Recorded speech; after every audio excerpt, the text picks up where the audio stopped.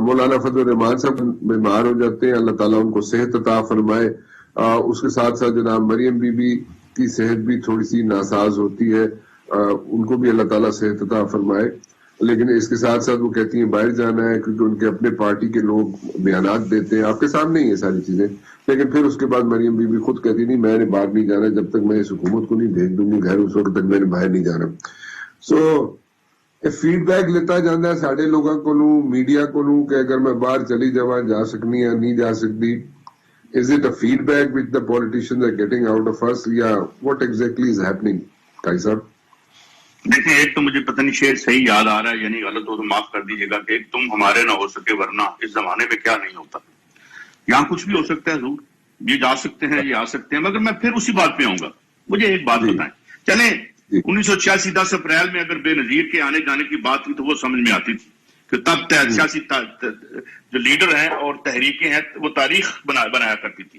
وہ تو 10 اپریل 1986 کو میں اس جلسے جلوس میں موجود تھا جہاں خلق خدا ہی تھی اور 30 لاکھ کا شہر تھا. وہ اس کے آنے جانے پہ تو کوئی بات کرے. اب مجھے یہ بتائیں, اور $1.25 بلین کا قرضہ ہے تھوڑے کو, روز بکاسا لے کے بھاگ رہے ہوتے ہو, ادھر سے ادھر بھاگ رہے ہوتے ہو, بہڑی حالت ہے, ویکسین ہے نہیں تمہارے پاس. وہ مریم چلی جائے گی, مریم رک جائے گی, اور یار رک جائے پھر کی ہو جانا ہے, کہ چلے جان تو پھر کی ہو جائے گا. بات یہ ہے کہ ہمیں کس ٹرک کی بتی کے پیچھے لگایا ہوا انہوں نے. کوئی کیا اس اپوزیشن, یہ پارلیمان, یہ سینٹ, یہ فورم اس اہل ہے کہ ہمارے ہارڈ کور ریئل ایشوز پہ بات کرے. میں آپ کو ایک بات بتاتا ہوں, ابھی تو آپ نے انڈیا کی بات میں آنا ہے. انڈیا سے پورا یورپ $160 کی ویکسین خرید رہا ہے, اور ہماری خارجہ پالیسی میرے عوام کے مفاد میں ہونی چاہیے. اگر ہمیں وہاں سے 160 کی اس موت سے عذاب سے جان چھوٹتی ہے تو ہم کیوں نہیں لیں. اور ہوتا کیا ہے, او کشمیر میں کیا ہے, آج کل ویکسین لڑ گئے کشمیر میں کیا ہے.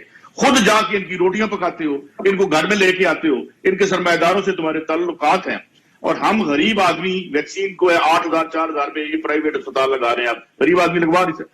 تو میں یہ کہتا ہوں کہ یہ چلی جائیں یار, ساڑھے جان چھڑ دو, ایک کو واری بھیج دو انہوں, کیونکہ تاکہ یہ جو کھیپیے ہیں نا یہاں سے مال لے کے باہر, یہ بیسیکلی سیاستدان ہی کھیپیے ہیں, آئے کھیپ لی مال لے کر نکل گئے. بات یہ ہے کہ عمران خان کو شاید ریئلائز ہو جائے یا نہ ہو کہ یہ جو ہارڈ کور ایشوز ہیں, یہاں حضور یہاں آپ کو اس ریاست میں بہت کچھ کمپرومائزڈ ہے, اور یہ ایک ایسے ریسیشن میں ہم قدم رکھ چکے ہیں, یہ تمام بدصورتیاں کھل کے سامنے آئیں گی اور آ رہی ہیں اور منہ چڑھائیں گی ہمارا. ہمیں پتہ چل جائے گا کہ جی وہ دھرنا دینا ہے, وہ کی کر دھرنا دینا ہے, جی ایس کیو کے سامنے دینا ہے, وہاں نہیں دینا. یہ فراڈ اب چل نہیں سکتا بڑی دیر. یہ میں آپ کو سیریسلی بتا رہا ہوں کہ جو سنجیدہ ڈسکشن یورپ اور امریکہ میں ہو رہی ہے, وہ نئی تھیریز لے کے آ رہے ہیں. یار اس نظام سرمایہ داری کو بچایا کیسے جائے, کیونکہ کیسے بچے گا. اوپر دولت کا ڈھیر لگا دیا ہے, نیچے آپ نے ایک سماج کے ایک کونے پہ دولت کا انداز کوئی نہیں ہے, سماج کے دوسرے کونے پہ ذلت کا یعنی بربادی نہیں ہے. تو آج بات جو دنیا میں ہو رہی ہے انٹرنیشنلی کہ یار یہ اس کو کیسے کریں, ری تھنک کیسے کریں. سپلائی سائڈ پہ امریکہ ہر بندے کو $600 ہفتے کا دے رہا ہے, خوف زدہ ہے, ورنہ لوگ ان کی بوٹیاں نوچ لیں گے گھروں سے نکل کے آ کے. $200 ہر آدمی کو دے رہا ہے, چھوٹے کاروباروں کو پیسے دے کے اپنی جان بچا رہے ہیں وہ. یہ اس وقت ہم ایسے عہد میں, ابھی آپ کی یہ کسی وقت 16 بن سکتا ہے. اور میں ایک اور بھی آج آپ کو بات بتاؤں, آپ یہ نہ سمجھیے گا کہ چائنا کی اکانومی بڑی زبردست ہے, وہاں اس کی ساری ترقی 50 سالوں سے باہر نہیں گئی, وہاں ان ایون ڈیولپمنٹ ہے, وہاں کبھی بھی ٹائنامن اسکیئر دوبارہ ہو سکتا ہے. یہ ایشوز ہیں. بڑے لیڈر کیا ہوتے ہیں, تاریخ میں زندہ رہتے ہیں, آگے دیکھتے ہیں 10 سال بعد کیا ہے, 15 سال بعد کیا ہے, ہم نے کیا کرنا ہے, کون سا ماڈل چٹک کے ٹوٹ رہا ہے ہمارے سامنے. یہ نہیں چلی جو آپ کی supply side economy trickle down نہیں ہوا. یہ جو ہمیں دھوکہ دیا گیا تھا 1980 میں کہ جی ہمیں امیر کو امیر تر کر دو اور اس کے ٹیکسز معاف کر دو, تو یہ پیالہ چھلکے گا, پیالہ چھلک کے جو ہے وہ نیچے تک جائے گا. اس کے بارے میں ایک امریکن معیشتدان نے بڑی عجیب سی مثال دی. وہ کہتے ہیں کہ یہ معاشی نظریہ اس طرح ہے کہ ایک گھوڑے کو اتنے چنے کھلاؤ کہ بعد میں جو ہے اس کے جو پرندے جو ہے وہ چنے کھا سکیں. جب وہ یعنی یہ مثال یہ ہوا. ان پہ بات کریں ہم کہ کیا یہ ماڈل ہمیں لے بیٹھ. اور دوسری بات آپ اپنی حالت دیکھ لیں, اور تمہارے گیٹڈ کمیونٹیز میں گھس گیا کرونا.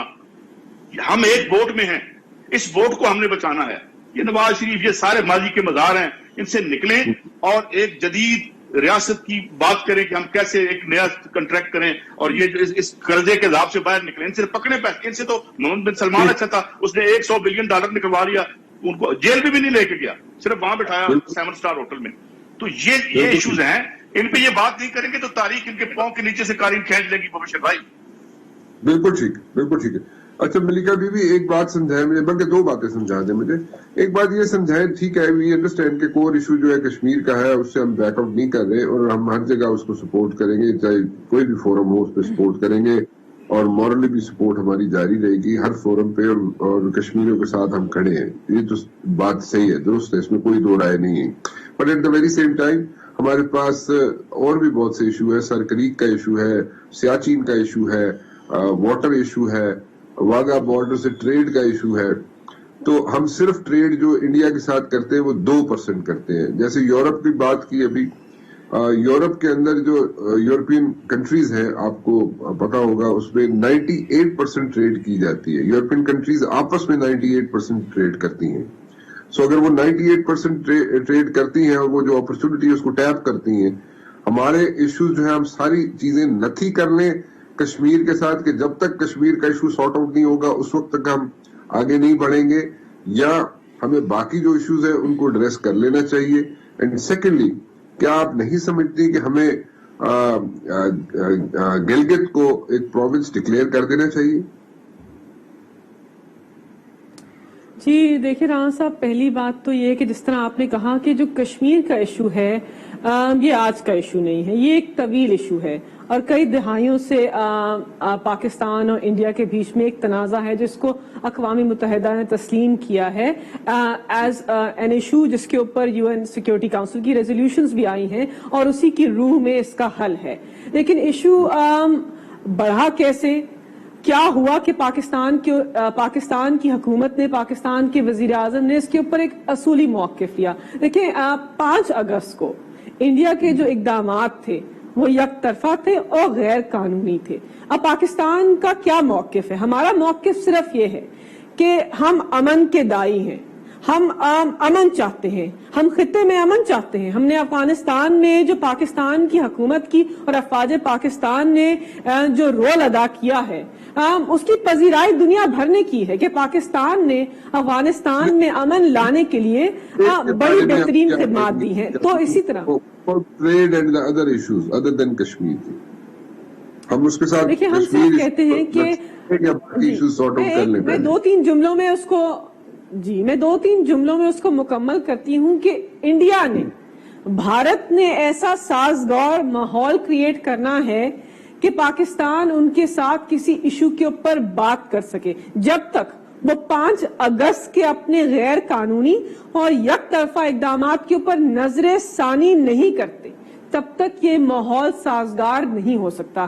بیکاز کشمیری جو ہیں وہ سراپا احتجاج ہیں، کشمیر پاکستان کی شہرگ ہے، کشمیریوں کے اوپر جو مظالم ہیں ان کی انسانی تاریخ کے اندر کوئی نظیر نہیں ہے. تو پاکستان کشمیری بہن بھائیوں کے حقوق کو، ان کی آزادی کی جنگ کو،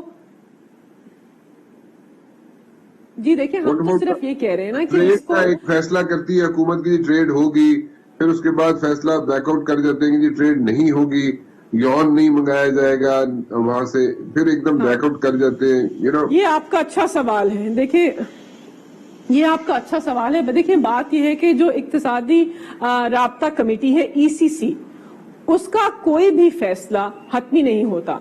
ہم صرف یہ کہہ رہے ہیں کہ انہوں نے ایک کمرشل پوائنٹ آف ویو سے، ٹیکنیکل پوائنٹ آف ویو سے اس ایشو کو دیکھا کہ وہاں پہ چینی اور کاٹن اگر سستی مل رہی ہے تو پاکستان کو اس کی درآمدات کرنی چاہیے. لیکن ان کے فیصلے کو کابینہ کی توسیع اور حتمی منظوری نہیں ملی، کیونکہ کابینہ کے جو ممبران ہیں وہ پاکستان کے عوام کے نمائندے ہیں اور ان کا سب کا مجموعی رائے یہ تھی کہ اس قسم کے ماحول کے اندر جہاں انڈیا، بھارت نظر ثانی کرنے کے لیے تیار بھی نہیں ہے، تو اس ماحول کے اندر بھی ہم پاکستان جو ہے اس کے ساتھ تجارت نہیں کر سکتے. لیکن بات آپ کی ٹھیک ہے، جیسے آئیڈینٹیفائی کیا گیا کہ یورپین ممالک آپس میں ٹریڈ کرتے ہیں، سینٹرل ایشیا جو ہے اس کے ساتھ ہم ٹریڈ کو، اکنامک ڈپلومیسی کو آگے بڑھا رہے ہیں.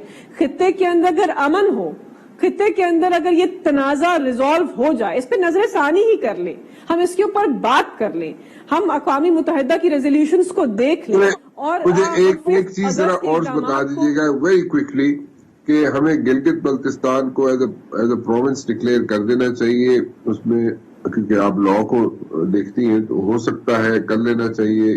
کیا ممکن ہے یہ سب؟ دیکھیں اس کے اوپر جو قانونی آراء ہیں اس کے اوپر بحث بھی ہے. طویل عرصے سے جی بی کے لوگ چاہ رہے ہیں، گلگت بلتستان کے لوگ، کہ ان کو ایک پروونشل سٹیٹس مل جائے، اور کسی حد تک جی بی کے آرڈر نے ان کا جو حقوق ہے ان کے تحفظ کر بھی دیے ہیں. لیکن اگین جو ہماری اقوام متحدہ کی ریزولوشنز ہیں ان کی روح کو اگر دیکھیں تو پھر کیا یہ پورا جو ڈسپیوٹ ہے، جو خطے کا ڈسپیوٹ ہے، اگر ہم جی بی کو پروونشل سٹیٹس دیں تو اس سے اس کے اوپر کوئی امپیکٹ آئے گا؟ یہ ایک لمبی قانونی بحث ہے. لیکن آئی بلیو کہ گلگت بلتستان کی عوام کو ان کے حقوق ملنے چاہیے. اگر پروونشل سٹیٹس سے ان کے حقوق کے اندر بہتری آتی ہے تو ضرور ان کو ان کے اس حقوق کو آگے بڑھانا چاہیے، اور ہمیں سیریس طریقے سے قانونی طور کے اوپر اس کے اندر ایک لائے عمل طے کرنا چاہیے. جی بالکل ٹھیک ہے، بالکل ٹھیک ہے. Thank you very much for talking to me. جی قاضی صاحب آپ کا بھی بہت بہت شکریہ. ملکہ بی بی آپ کا بھی بہت بہت شکریہ. جاتے جاتے ایک چیز کہنا چاہوں گا کہ اگر پروونشل سٹیٹس اگر مل جاتا ہے گلگت بلتستان کو تو it's not a big deal. Why not? ہم کیوں نہیں دے سکتے؟ ہمیں دینا چاہیے. اور کیسے دینا چاہیے، اس کو کیا ترمیم کرنی ہے آئین میں، مجھے نہیں پتا. وہ ماہرین ہی جان سکتے ہیں، ماہرین ہی سمجھ سکتے ہیں، وہی بتا سکتے ہیں. لیکن اگر عوام چاہتی ہے گلگت بلتستان کی کو ان کو پروونشل سٹیٹس دیا جائے تو دینا چاہیے.